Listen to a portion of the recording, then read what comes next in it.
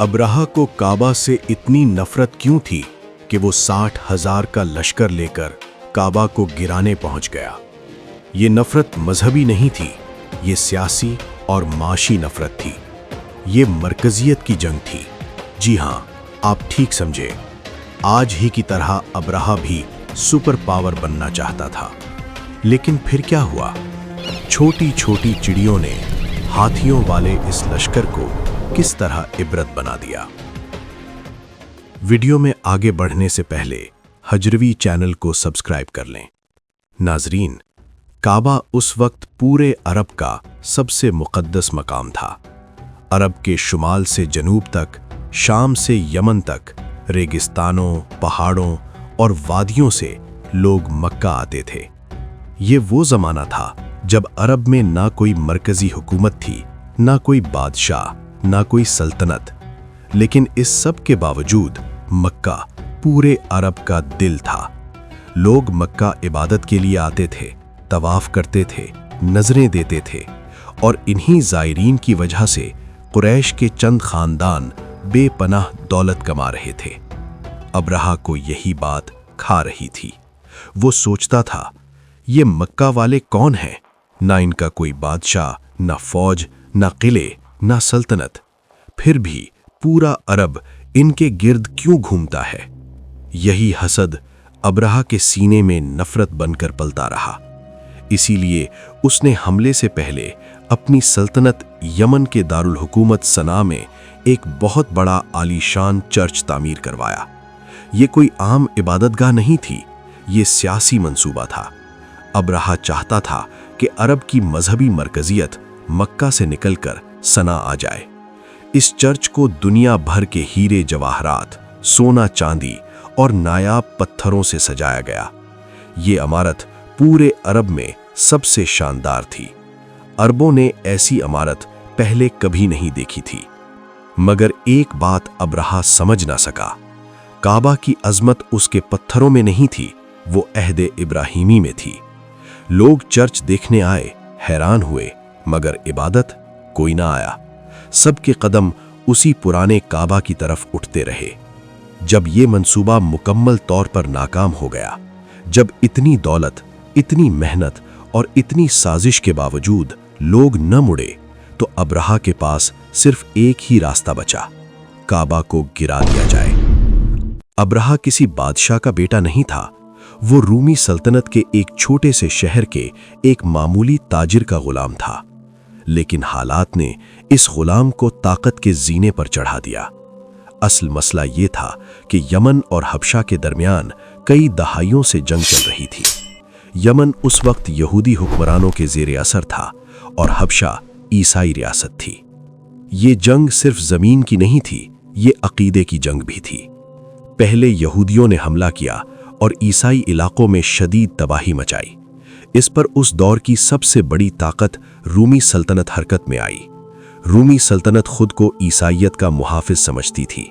चुनाचे उसने हबशा के ईसाइयों की मदद की और यमन में यहूदी हुकूमत का खात्मा करने का फैसला किया। इसी मकसद के लिए उन्होंने अपने ही एक गुलाम को चुना। नाम था अब्राहा। अब्राहा 1 लाख का लश्कर लेकर यमन में दाखिल हुआ और ऐसी तबाही मचाई कि यहूदी हुकूमत हमेशा के लिए ख़त्म हो गई। इस फतह के बाद अब्राहा सिर्फ जर्नैल नहीं रहा, वो बादशाह बन गया। उसने यमन को हबशा से अलग कर लिया। जब हबशा के बादशाह को इस बगावत का इल्म हुआ तो उसने एक नई फौज भेजी। लेकिन यहाँ एक अनोखा वाक़या पेश आया। इस फौज ने हबशा से बगावत कर दी और अपने ही जनरल को कत्ल कर दिया और उसका सर अब्राहा के कदमों में लाकर रख दिया। और यूं अब्राहा पूरे अरब का सबसे ताकतवर बादशाह बन गया।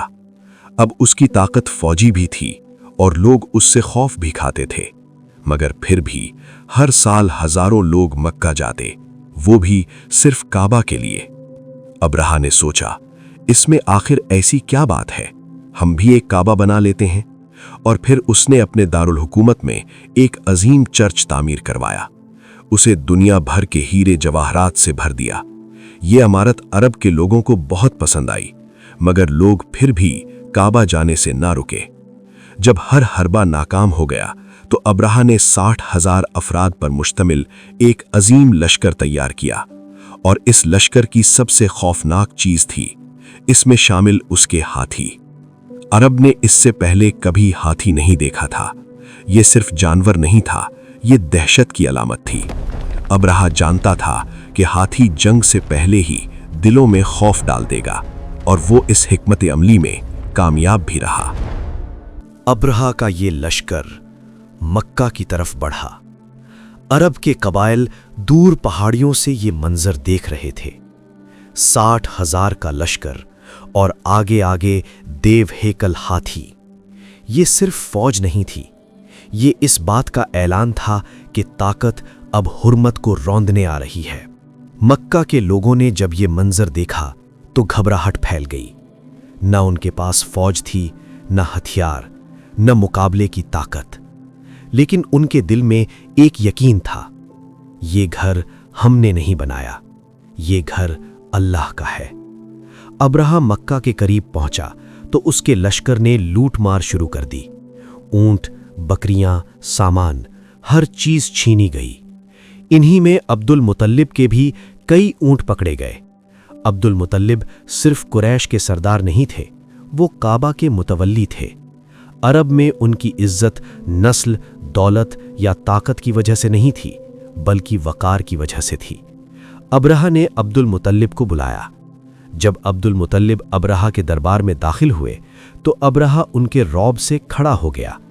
अब्दुल मुतल्लिब ने कोई इल्तिजा नहीं की, बस इतना कहा, आपने मेरे ऊंट पकड़ लिए हैं, वो वापस कर दीजिए। अब्राहा हंस पड़ा, कहने लगा, मुझे लगा था तुम बड़े बहादुर आदमी हो, काबा बचाने आए होगे। मगर तुम्हें अपने ऊंटों की पड़ी है। यहां अब्दुल मुतल्लिब ने तारीखी जवाब दिया, मैं सिर्फ ऊंटों का मालिक हूं, काबा का जो मालिक है वो खुद उसकी हिफाजत करेगा। अब्दुल मुतल्लिब ऊंट लेकर वापस आ गए और फिर एक ऐसा काम किया जो तारीख में कम ही मिलता है। उन्होंने कुरैश को हुक्म दिया, मक्का खाली कर दो, काबा को इसका रब बचा लेगा। ये ऐलान था, हम लड़ नहीं रहे, हम अल्लाह पर छोड़ रहे हैं। अगली सुबह अब्राहा ने हमले का हुक्म दिया। ढोल बजे, लश्कर हरकत में आया और हाथियों को काबा की सिमत मोड़ा गया। लेकिन हाथी बैठ गए, कोड़े मारे गए, मगर हाथी एक कदम न चले। जब उन्हें यमन की तरफ मोड़ा गया तो चल पड़े, शाम की तरफ चल पड़े, मशरिक, मगरिब, हर तरफ, मगर काबा की सिमत नहीं। ये लम्हा सिर्फ एक जानवर का रुकना नहीं था, ये ताकत का रुक जाना था। और फिर आसमान पर एक स्याह साया नमूदार हुआ। परिंदे, छोटे छोटे परिंदे, हर एक की चोंच और पंजों में कंकरियां थीं। ये कोई आम पत्थर नहीं थे, ये सिज्जील थे, जले हुए, सख्त, मोहलिक। परिंदे कतारों में नहीं आए, हुजूम में नहीं आए, वो चुन चुन कर निशाना बना रहे थे। जिस पर कंकरी गिरती उसका जिस्म गलने लगता, गोश्त झड़ने लगा, जिल्द उतरने लगी, लोग अपना ही गोश्त नोचने लगे, यहां तक कि उन लोगों की हड्डियां सामने आ गईं। कुरान सूरह अल-फील में फरमाता है, उनके जिस्म खाए हुए भूसे की तरह हो गए। वो अजीम लश्कर जिस पर गुरूर किया गया, जमीन बोस हो चुका था। कुछ मुअर्रिखीन ने इस अजाब को बीमारी से जोड़ने की कोशिश की, लेकिन सवाल ये नहीं कि जरिया क्या था, सवाल ये है कि हुक्म किसका था। लश्कर भाग निकला, खौफ, जिल्लत, तबाही। अब्राहा जिंदा तो वापस लौटा, मगर टूटा हुआ। रास्ते में उसका जिस्म गलने लगा, गोश्त जिस्म से अलग होने लगा, और फिर वो जिल्लत की मौत मरा।